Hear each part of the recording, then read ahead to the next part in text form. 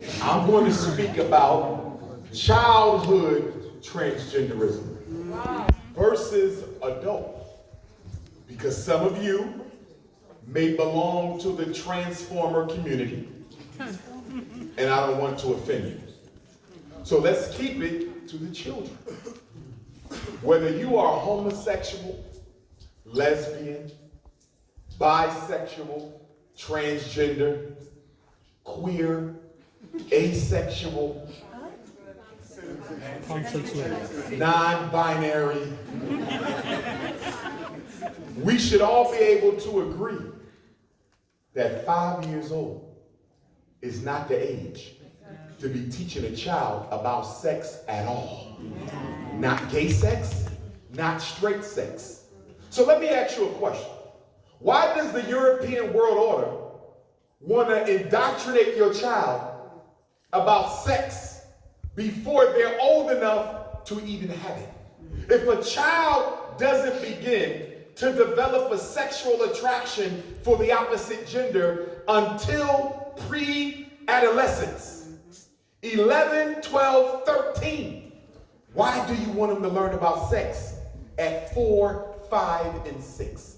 It's because you want to indoctrinate them before they're old enough to choose, so you already dictate their choices. The reason Kamala Harris, who's sometimes black, sometimes Indian, it depends on what day you ask her.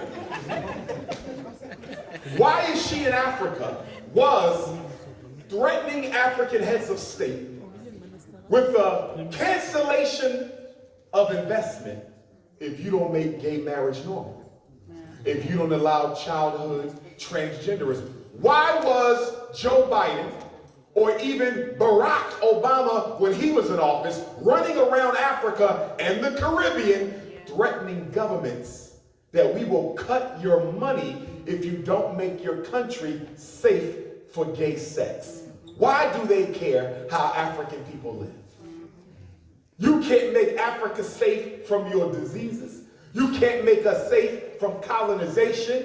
Your police are killing American Africans every day. But you worrying about gay sex. You know why? They need a transgender or openly gay or lesbian president on African soil. They just need one. They are working their backsides off to get a transgender or gay president in Africa to push the agenda. And why? If your child decides she wants to be a boy, although God made her a girl, when she undergoes sexual reassignment surgery, they're going to remove her ovaries. Once they remove your daughter's ovaries so she can become an artificial male, when she gets older and decides she wants to be a woman again, she will not be able to reproduce. When your son decides he wants to be an artificial female and he goes on the surgical table, they're going to remove his testicles.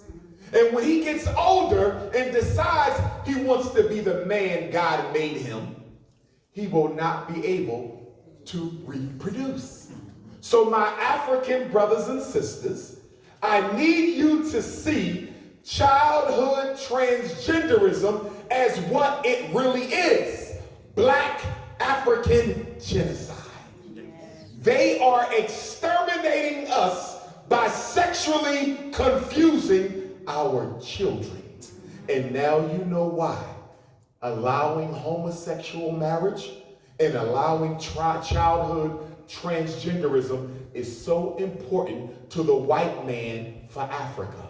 Because if he can force that in Africa, he can start predicting a slow decline of the African race. Now you and I know that God may never let the white man exterminate us because we are the original.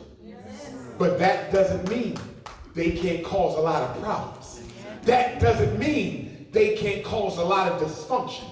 that doesn't mean they can't destabilize the traditional black family.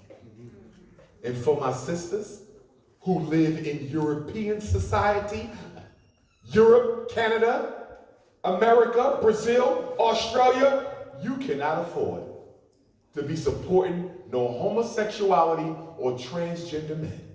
Because it ain't enough of us to go around for you anyway. So I don't want to hear no sister talking about she supports gay men and then turn around and complain that you can't find a man. There's your man right over there with your panties on. Go get him. Now,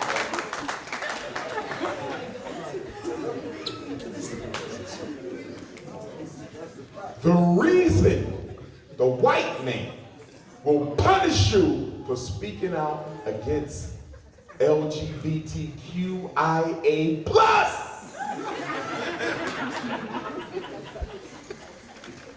is because his need to rid himself of African people is so strong, he cannot allow any contrary narrative. So you got to train your children in the house that they must be proud to be a woman if that's what they were born, proud to be a man if that's what they were born, and proud to be African. Because if you send your child to these schools in Europe and you haven't made them convicted about their gender, if you haven't convicted them about their Africanity, they will be psychologically colonized. And it will be your fault. We don't hate nobody. I love every African on the planet. Lesbian sisters, I love you too. You're not really lesbian. You just mad at black men.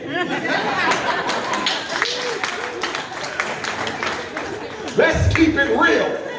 You talking to a psychologist. Lesbian black women are pissed off. They've been abused, they've been abandoned, they've been mistreated, and so they throw up their hands and say, I'm in love on a woman because men have been mistreating me my whole life.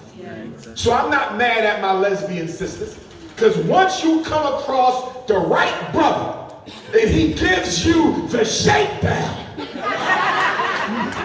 all you need is a good shakedown. You will be right back into your African divinity. So I'm not worried about you.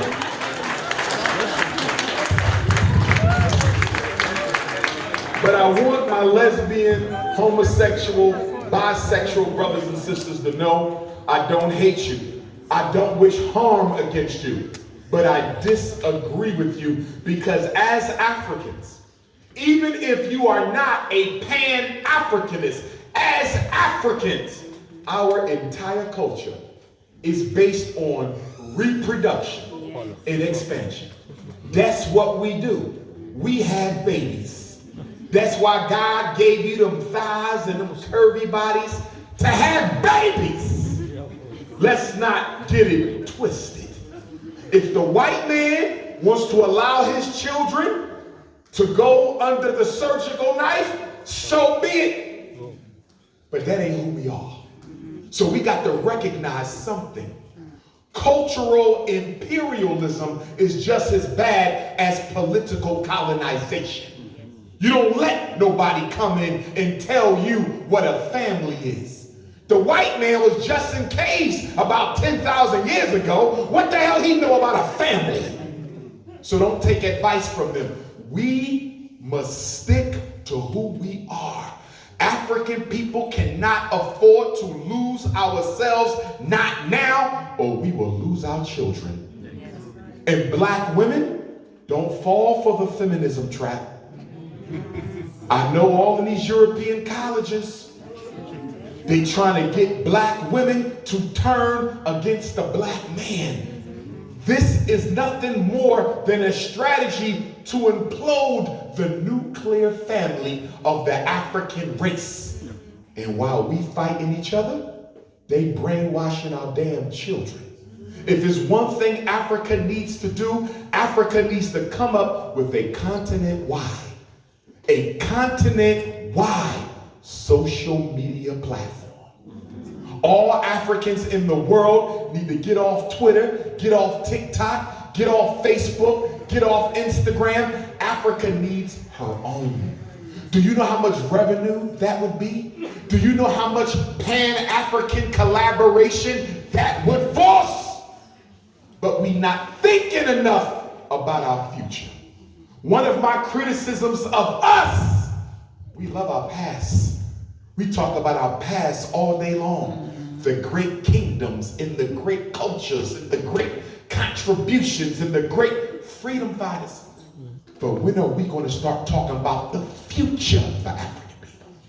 What about tomorrow for our children? Because one day we won't be here no more. And we had better get serious about leaving a legacy for those babies. Because at the end of the day, we are only as good as the quality of children we leave behind us.